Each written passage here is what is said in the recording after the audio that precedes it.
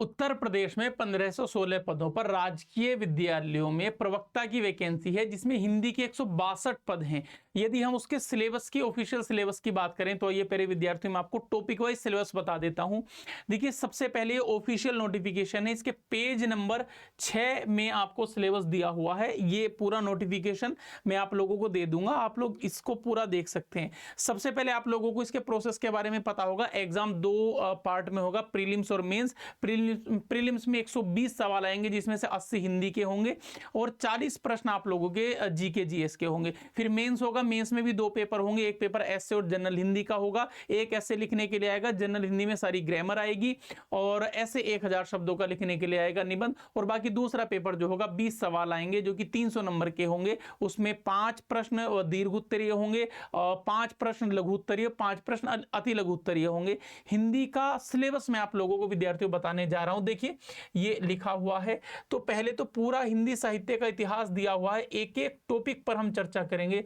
देखिए, लिखा है हिंदी साहित्य का इतिहास, उसमें से भी क्या क्या है, इतिहास लेखन परंपरा के बारे में इसको दिखा देता हूं आप लोगों को। ये रहा।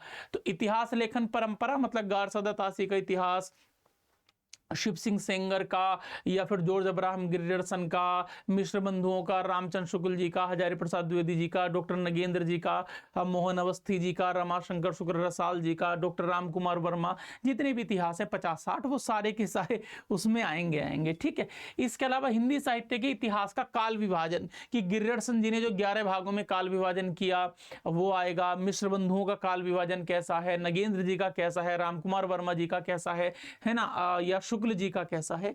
इसके अतिरिक्त प्यारे विद्यार्थियों, आदिकाल का नामकरण, आदिकाल को कौन सा नाम किसने दिया, है ना। इसके अलावा जो है भक्ति काल, इसके अलावा आदिकाल की प्रमुख प्रवृत्तियां और प्रमुख जो धाराएं हैं, जैसे सिद्ध साहित्य, नाथ साहित्य, जैन साहित्य, और रासो साहित्य, व्यक्तिगत साहित्य, और आदिकाल में गद्य साहित्य की जो 4-5 रचनाएं मिलती हैं।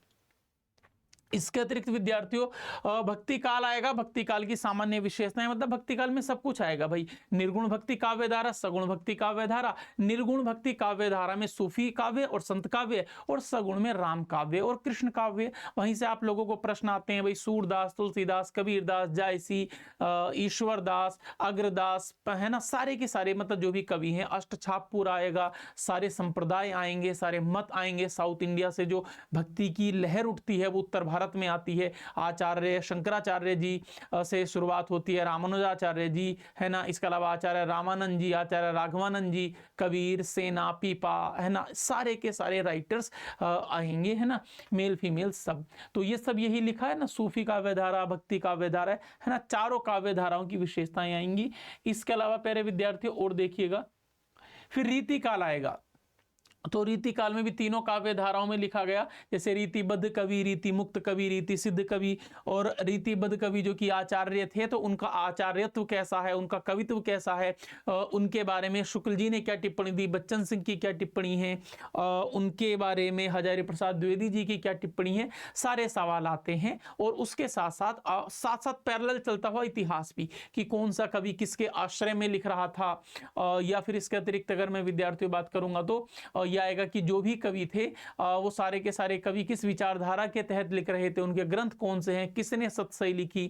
तो ये सारी चीजें आप लोगों को देखने के लिए मिलती हैं। कौन सा ग्रंथ कौन से पुराने काव्य शास्त्र पर आधारित है, जैसे अलंकार से संबंधित ग्रंथ कौन सा है, जैसे कि रीति से संबंधित ग्रंथ कौन सा है, रस से संबंधित ग्रंथ कौन सा है, सारी चीजें आप लोगों को देखने के लिए मिलेंगी। फिर आधुनिक काल आएगा। आधुनिक काल में जो ब्रज भाषा में जो साहित्य रीति काल में लिखा जा रहा था वो कैसे खड़ी बोली में आया, तो भारतेंदु युग के बारे में पूरा आएगा। द्विवेदी युग के बारे में, नामकरण भी कैसे हुआ, पत्रिका के बारे में आएगा, और उनके जो भी मुख्य कवि हैं उनके बारे में, और उस समय चल रही कवियों की विचारधाराओं के बारे में। छायावाद युग में भी ऐसे आएगा, प्रगतिवाद युग में भी, और प्रयोगवाद युग में भी, और सप्तक भी आप लोगों को आएंगे। फिर प्रपद्यवाद या नकेनवाद आएगा, और नवगीत विधा से प्रश्न आएंगे। इसके अलावा विभिन्न कालों के प्रमुख कवि और उनकी रचनाएं आएंगी, और प्रसिद्ध काव्य पंक्तियों और उन सूक्तियों के लेखक आएंगे और कवियों के नाम आएंगे। साथ में साथ आपको एनसीईआरटी से रिलेटेड प्रश्न भी आते हैं। वो कैसे आते हैं, इसमें एक टॉपिक लिखा हुआ है, देखो भाई, विभिन्न कालों के प्रमुख कवि और उनकी प्रमुख रचनाएं। और विभिन्न में इनके अलावा भी आ सकता है भाई, और जैसे नवगीत परंपरा, तो इसमें लिखा भी है ना, शायद नवगीत परंपरा तो लिखा है। सनातन सूर्योदय कविता, सूर्योदय कविता, ए कविता, है ना, जैसे कि प्रतिश्रुत पीड़ित कविता। तो सारे के सारे पोर्शन से आप लोगों को सवाल देखने के लिए मिलते हैं।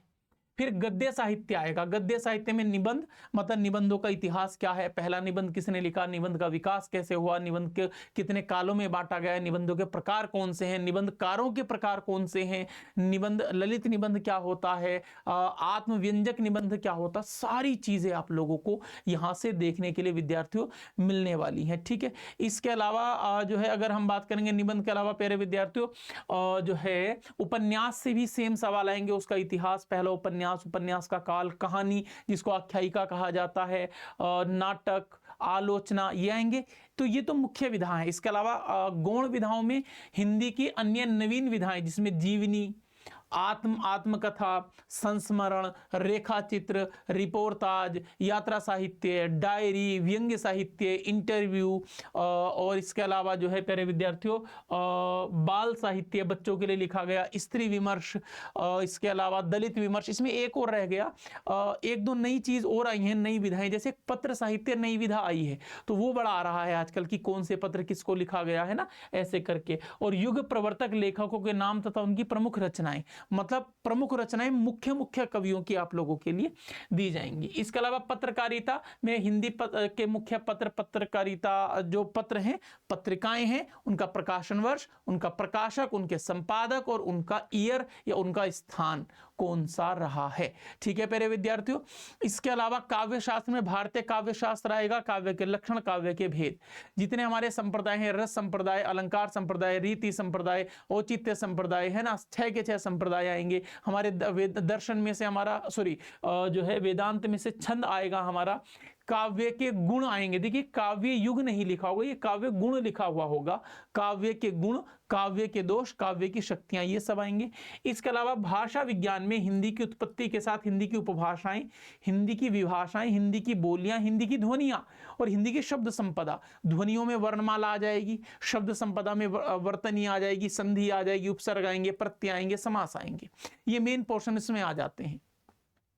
इसके अलावा व्याकरण में देखो सीधा सीधा संधि, समास, लिंग, वचन, काल, पर्यायवाची, विलोम, वर्तनी संबंधी अशुद्धि संशोधन, वाक्य संबंधी अशुद्धि संशोधन, वाक्यांश के लिए एक शब्द, इसके अलावा प्यारे विद्यार्थियों सम उच्चारित शब्द जिसको श्रुति सम भिन्नार्थक शब्द भी कहा जाता है। इसके अलावा प्यारे विद्यार्थियों विराम चिन्ह, मुहावरे, लोकोक्तियां, संज्ञा, सर्वनाम, क्रिया, विशेषण, उपसर्ग, प्रत्यय, सारे पोर्शन आप लोगों को देखने के लिए मिलने वाले हैं। इसके बाद हम देखेंगे संस्कृत साहित्य और व्याकरण में से भी सवाल आते हैं। आप लोगों को पता है संस्कृत आपके यहाँ ग्रेजुएशन में आपके पास एज ए सब्जेक्ट, मतलब लास्ट ईयर में ग्रेजुएशन में हिंदी के साथ संस्कृत होनी चाहिए, क्योंकि अनिवार्य संस्कृत आपसे पढ़वाई जाती है। तो थोड़ा सा आएगा, 6 या 7 राइटर हैं, देख लेते हैं साहित्य के प्रमुख रचनाकारों के नाम और उनकी कृतियां। भैया तो ज्यादा बढ़ा दिए इस बार, पिछली बार 6-7 थे। 1 Kalidas, 2 Bhavabhuti, number 3 Bharavi, number 4 Magh, number 5 Bhas, number 6 Bana, number 7 Shriharsha, number 8 Dandi, number 9 Mammat, number 10 Bharatmuni, number 11 Vishwanath, number 12 Rajshekhar, number 13 Jayadev. अब देखिए अगर देखोगे तो ये आचार्य भी हैं, तो 13 हैं कुल मिलाकर के। हालांकि इन आचार्यों को हम काव्य शास्त्र में ही पढ़ लेंगे। संस्कृत के व्याकरण में क्या क्या आएगा, संस्कृत की संधि, उसमें स्वर संधि, व्यंजन संधि, विसर्ग संधि, यानी संस्कृत में पूरी संधि आएगी। ठीक है भाई। समास आएंगे संस्कृत में, संस्कृत के उपसर्ग, संस्कृत के प्रत्यय। संस्कृत में आएगा आप लोगों को विभक्ति चिन्ह जिनको परसर्ग कहते हैं, प्रयोग और पहचान, शब्द रूप, आत्मन, नामन, जगत, सरित, बालक, हरि, सर्व, इदम, अस्मद, युष्मद, धातु रूप में स्था, पा धातु, गम धातु, पठ धातु, हस धातु। और धातु केवल प्रश्नयपदी रूप में आएंगी, ठीक है, आत्मनेपदी रूप में नहीं आएंगी। काल आएगा और हिंदी के वाक्यों का संस्कृत में अनुवाद आएगा, है ना, ट्रांसलेट करने के लिए। ये सारा पोर्शन आप लोगों को आएगा। और प्यारे विद्यार्थियों, अगर आप अपनी सफलता सुनिश्चित करना चाहते हैं उत्तर प्रदेश में प्रवक्ता बनने के लिए, तब आप हमारे बैच से जुड़ सकते हैं। बैच से जुड़ने का मैं आपको तरीका बता देता हूं। पहली बात तो यह है कि स्वतंत्रता दिवस पर आप लोगों को बहुत प्राइस जो है आप लोगों के लिए ड्रॉप किया गया है। आप अड्डा 24/7 के ऐप पर जाइएगा, ऑल कोर्सेज में आप टीचिंग पर जाइएगा और आप एक काम करो, टीचिंग महापैक को आप ले लीजिएगा। ट्रिपल वैलिडिटी है आप लोगों के लिए स्वतंत्रता दिवस के अवसर पर, और इसमें सारे टीजीटी पीजीटी के सारे बैच आपको मिल जाएंगे। अगर आप इसको देखोगे तो ये बैच आपको 2072 में है। आप इसको बाय नाउ पर क्लिक करोगे, कूपन कोड आप लगाएंगे Y887। देखिए, जब आप कूपन कोड लगाते हैं तो आपके पास एक कॉल आएगा, आपसे बोला जाएगा आप उनका कूपन कोड लगाओ। मत लगाइएगा, Y887 लगाइएगा। इससे सबसे ज्यादा प्राइस लो हो जाएगा, आप लोगों को बेनिफिट होना चाहिए। तो ये आपको मिलेगा, देखिए कितने में, 1974 है। लेकिन जब आप ऐप से लोगे तो ऐप से और भी कम हो जाता है, क्योंकि कॉइन्स आपको मिलते हैं अपने मोबाइल पर, क्योंकि इसमें ऐप नहीं है ना, तो मैंने डायरेक्ट गूगल से खोला। तो इस महापैक में आपको मिलेगा क्या, मैं ये भी दिखा देता हूं तुम लोगों को।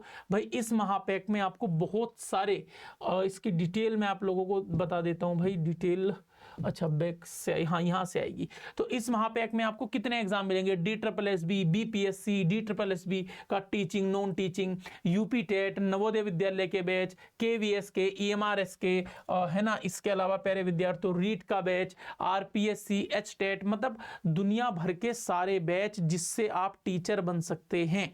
TGT PGT स्तर और प्राइमरी स्तर तक के सारे बैच इसमें आप लोगों को फ्री हो जाएंगे। तो भाई देर बिल्कुल मत करो, तुरंत के तुरंत जाओ और बैच में एनरोल कर लो। बाकी मेरी क्लास YouTube पर TGT PGT अड्डा 24/7 यूट्यूब चैनल पर रोज दोपहर 2 बजे होती है। क्लास में जुड़िएगा, बैच में जुड़िएगा।